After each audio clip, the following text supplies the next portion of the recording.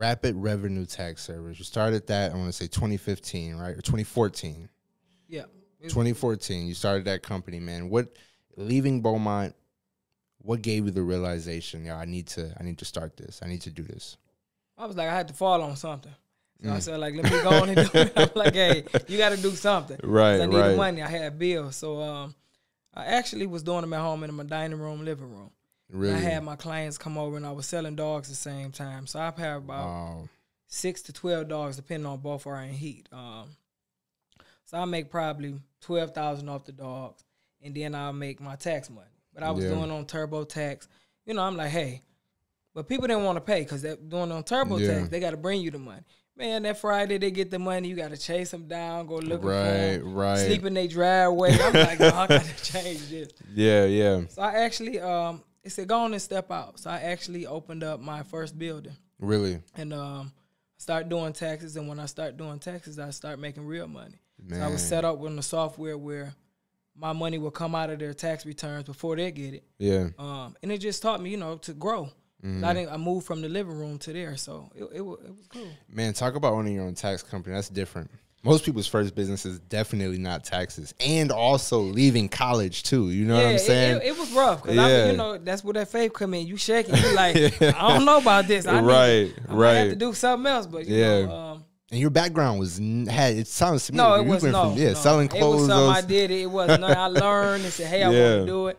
But I was good with numbers. I like numbers, and I enjoyed the money that I got. Yeah. So, a lot of times they say do something that you love and not for the money. But Yeah. the money was good. Right, so I grew to love it. So I enjoyed doing it. And I'm like, hey, you want to do that? Right. My end goal is to have my own franchise and to have different ones operating and have employees. Yeah. So right now, I'm still the one that's doing the taxes. So I sit there individually with the clients and do them. But I like the relationship in the building. So, I had no clue on doing it. I thought I'd be at the living room forever. But I'm like, hey, I got to build it. Yeah. Then moved to a storefront, and it worked out. What was that transition like, going from living room to, this is a real thing? I was scared. Really? Like, do I get everything right? Do I got the license? Do I got the right stuff? So I had to educate myself on classes and business accounts and savings and supplies and buying printers. At home, you using the printer, you good. But to have operating with a storefront and a big business, you had to have business card, business insurance. There was a lot I had to learn and throw myself in that I didn't know I needed. Like Beaumont, you have to have insurance just in case somebody fall or something go wrong, clerical errors in the mission. So it taught me that. From leaving from living room, I was just like, hey, you come over. Right. Having been like, oh, these people here. Yeah. They can sue me. Right. I'm like, I don't want to take anything I got now. Started, so. Yeah. Most people don't talk about this, but I definitely want to know this, man. That first employee, what was that like? What, taxes? Yeah, having your first employee. Man, it was like I can do this. First, you was nervous at first. I'm like, what am I doing? I said, am I doing this the right way while I'm doing it? Yeah. I knew I was doing it the right way, but it was just like, it was happening. Like you planted that seed and to actually watch it grow and have somebody be like, hey, I trust you with my information. Yeah. This somebody's whole social security number. Yeah. Whole ID. You sitting there like, I'm young. Yeah. But it molded me. It's like, okay, you can do it. Did you have a mentor who kind of did anybody walk you through those steps? No. Was YouTube around? Did you go to YouTube? No, YouTube wasn't. Really? No. Man, what'd you do to learn that? I was Googling. I think Google was online. I was Googling or what is it, Safari, whatever link was on then back then. Yeah. I was looking it up because I didn't come from a background of business. Came from workers, employees. Yeah. And I remember my dad used to say, boy, you better go to school. Yeah. And you sitting there trying to start a business, you got to make some money. Yeah. And if I would have let him, play on my mind, say, hey, let me do what he was taught to do. Yeah. A lot of times our parenting isn't. It's them teaching what they was brought up, the best they know. Yeah. So if I would have let that stop me, I wouldn't be who I am today. Yeah. I would have still been working. Man, what kept you pushing through that? The money. I'm not gonna lie, the money. Yeah. I was like, oh, okay. Yeah. And you see it, and you making money, and you see the clients come and they refer people. You like, you can do it, and you treat them right. Your business kept going. I'm like, okay, I can do this. Yeah. I'm like, I can do it. Yeah. When did you become profitable in that? Probably 2 years after I moved from the house and got my first store, because I knew rent was due, light was due, insurance was due. It was a lot of responsibility. That's when I was like, okay, I actually see the profit now. Because at home, you know, you had to chase some people, you know, sit in their driveways and say, hey, if you don't have my money, you know, I'm going to have to get hood and all. Right. So, yeah, that's when it taught me. I actually opened up my first suite. That's awesome, man. What kept you afloat in between that time period? Was it dog grooming? Yeah, I was breeding. Man, you're an expert. I was breeding You're dogs. an expert dog breeder. I was breeding. Look, and I didn't know nothing about it. I was just like, you know, back then Yorkies would sell, Yorkies and poodles. So okay, it was $1,000 a dog. So I was getting a $200 deposit. And I'm like, all right. So when I wasn't doing taxes, I was breeding the dogs. I probably hold the dogs out a lot, you know, because they was pregnant every. They supposed to take a break. Yeah. They pregnant for 63 days. So every 6 months they go in heat. But man, every 6 months we had some puppies on. Yeah, I'm sure there's somebody who would want to hear some piece of advice on dog breeding. Oh, yeah. I know you got a lot. Yeah. 63 days pregnant. You make sure that the female is bigger than the male. Mm-hmm. Make sure the stud is bigger because you don't want him to produce the kids bigger and she have complication pushing them out. Wow. Also, if you had a small teacup or smaller dogs, I don't recommend breeding. They might have one or two, or you may risk your dog and have a puppy. So depending on how you love the pet, but it was man, most people are not completely honest with their entire come up story, man. Oh, but yeah, I gotta say that is wild, man. In between doing taxes, I was breeding dogs. Man, make it 12. It was a lot of work though. Having all them dogs, you know, you felt like a man that was with dogs and cats. But, you know, it made good money though. Man, I bet. Looking back during that whole time period with the tax company and everything that was going on, what's a piece of advice you would give yourself if you could do things differently? Or if I could do things different, I would say definitely educate myself more. Look for a mentor or work with people that have done it. Yeah, I was always the type to say, hey, I'm going to do it. I don't need help, this and that. You do need help. That's just in life. You know, it's always somebody that can do it. And always I will always make myself coachable and learnable. I used to think that I knew it, or just because somebody else didn't do it and they were older than me, that I knew it, but I didn't know it. Their piece of advice was something that I needed for my puzzle in order to succeed. So it might have took me a little longer, but that's my advice. So always pay attention to those that have done it before you, or that's giving you advice from another field. Yeah, because you can take something from what you're doing and help me with something. I can take something from what I'm doing to help you. Right. We don't always know it all, and sometimes we get in our own way. So facts. Kind of always stay a student. Man, talk about that. Do you have a mentor now? No. So talk about that trial and error, because that's a lot of trial and error to get to a place where you're actually running. You know what I'm saying? In what you're doing. Talk about that, man. Going through that trial and error. Again, I know you said the money kept you through it, but just mentally, you have to be a very strong individual to take certain hits and losses I'm sure you took during that time period while trying to learn, man. Just talk about that a little bit. I took a lot of losses, most definitely. You know, I was looking for the money to come sometimes, or, you know, the first couple of years, I didn't know money management. I was like, hey, I'm on survival mode. I'm going to take this money. I'm going to eat. I'm going here. But a lot of people that you take to eat and do things for, you don't see them no more.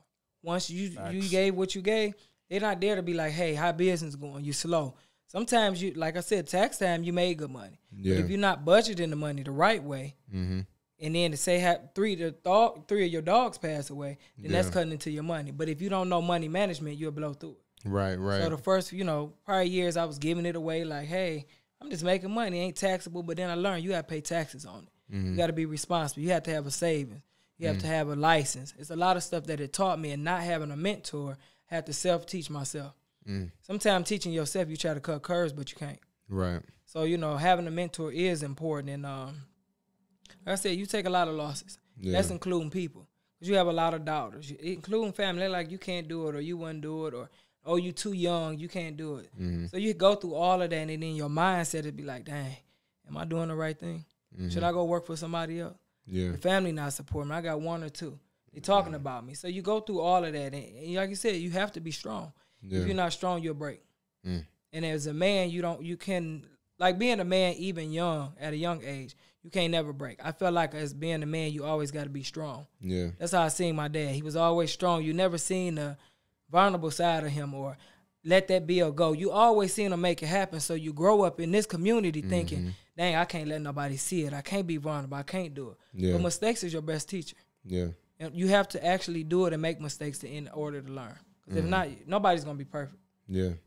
I had 2 questions out of what you just said. First one, going through that period of shedding off people, what was that like, and how did you handle that? Because I'm sure you had to lose people close to you, friends that you felt like would be there at the place that you're at now that's currently not, or maybe not.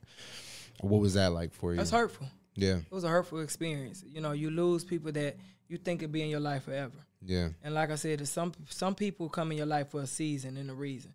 They come to teach you something. That may be to let them go.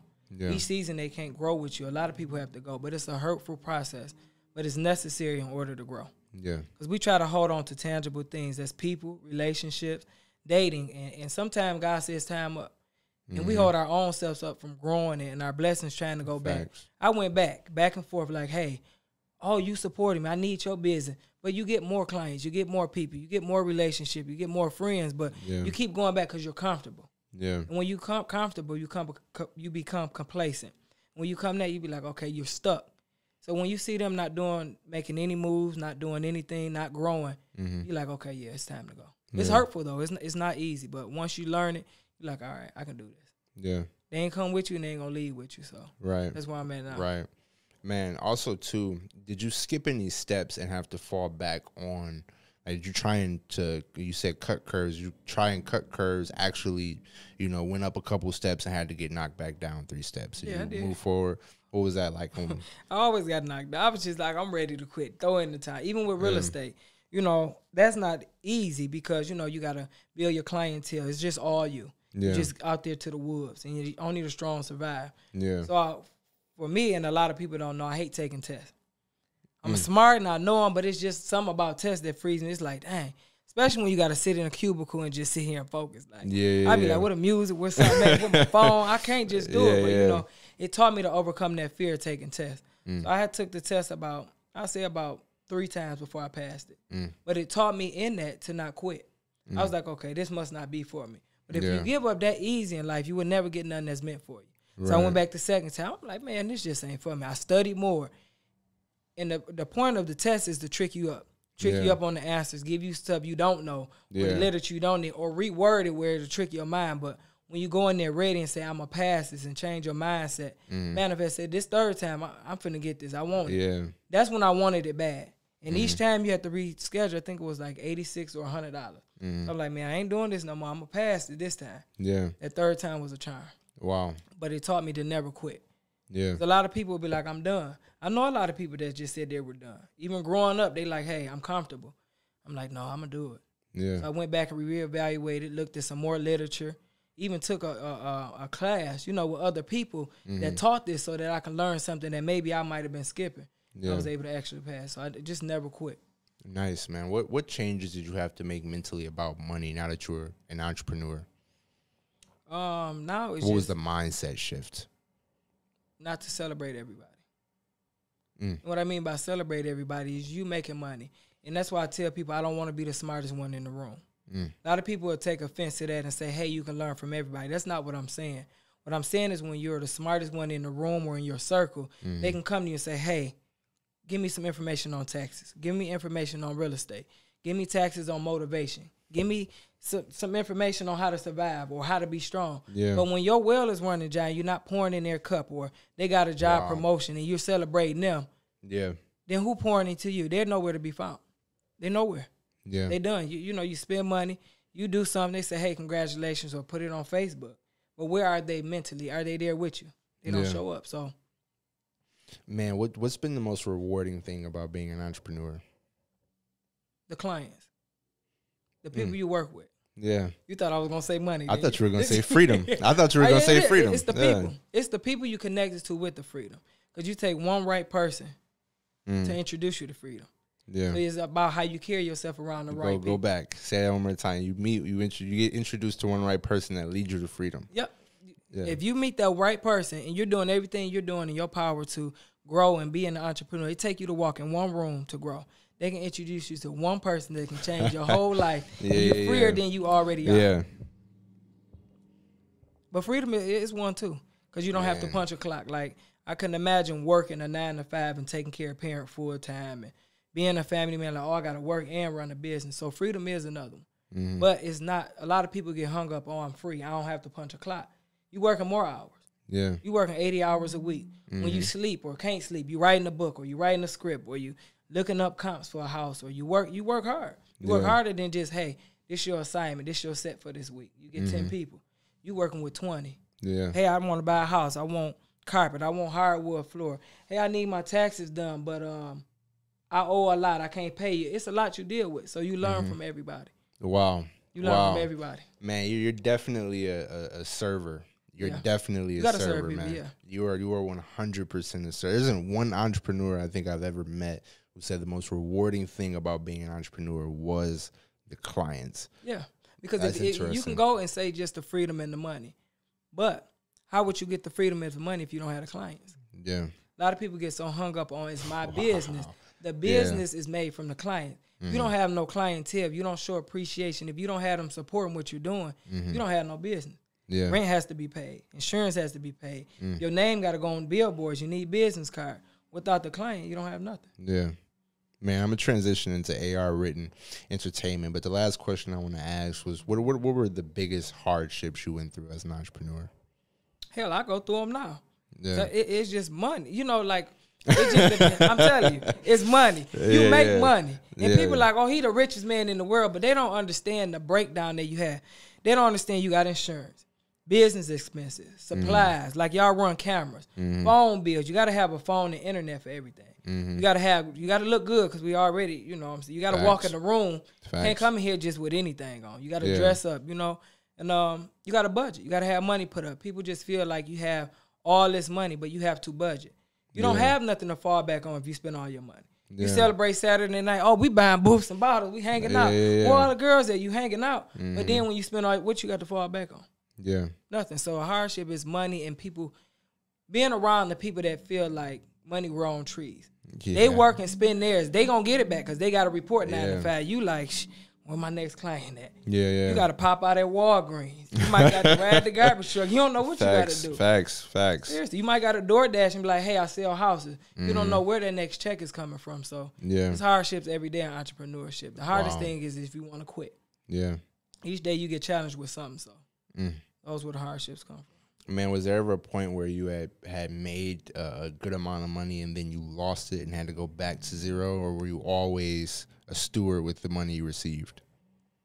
I was always a steward with the money, but I would say probably 2022, I was just splurging, just buying everybody's stuff, you know, just hanging out, just giving back, just giving it. But when I did that, I realized, like, hey, you giving out this, you doing this, but where are these people to support you? Where are these people to give you a like? It's free to share something on Facebook. You run a business, they don't even share.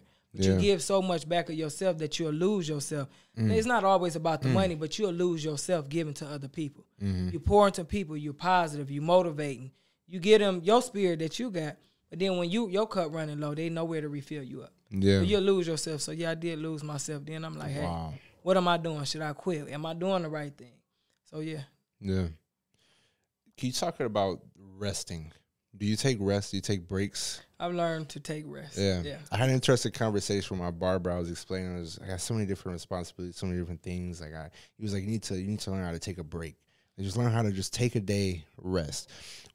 At what point in your journey did you feel like, hey, all right, I can take a break? He told me most people can do it. Usually it takes them about 5 years, maybe more. I don't think I took a break yet. Really? I don't think I took a break. I found myself, I usually say Sunday's a rest day. Or Saturday. I find something to do. If a client say they ready to see a house, I'm dressed. Here we go. I'm ready. You know? Usually I be like, I'm not working this day or that day. But I feel like, you know, you just got to keep going, especially being a man. Yeah. I just don't have a rest day. I feel like, you know, I don't know if it's guilty or what. I feel like whatever the 24 hours I'm giving today, I won't get back.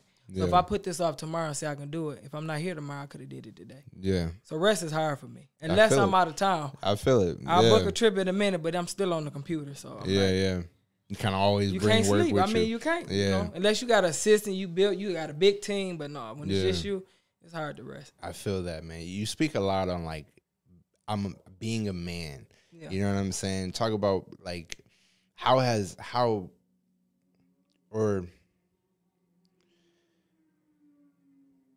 why do you go back to that? Why do you go back to that always? I mean, because you just have to provide. I mean, you have to provide. Unless you wanted the guys that play the game all day and the women pay the bills. I'm not going to allow that, though. You know what I'm saying? So I've always feel like I have to fall back on me. Because if you lose it all, you got you. Yeah. If you owe the IRS $120,000, you think people finna help you, you got you. Yeah. But being a man, you always have to stay in position. I feel like that because we can never take a break. Yeah. Everybody put us on this pedestal. We put ourselves there where we can't take a break. We always got to be a man. I just feel like that from learning from my dad. Yeah. Sometimes it's okay to be vulnerable and chill, but I'm just always, okay, I got to open the door for a woman. I got to put gas in the car. I got to wash. I got to run. You just always, my mindset is just always, you just always got to be on guard. Yeah.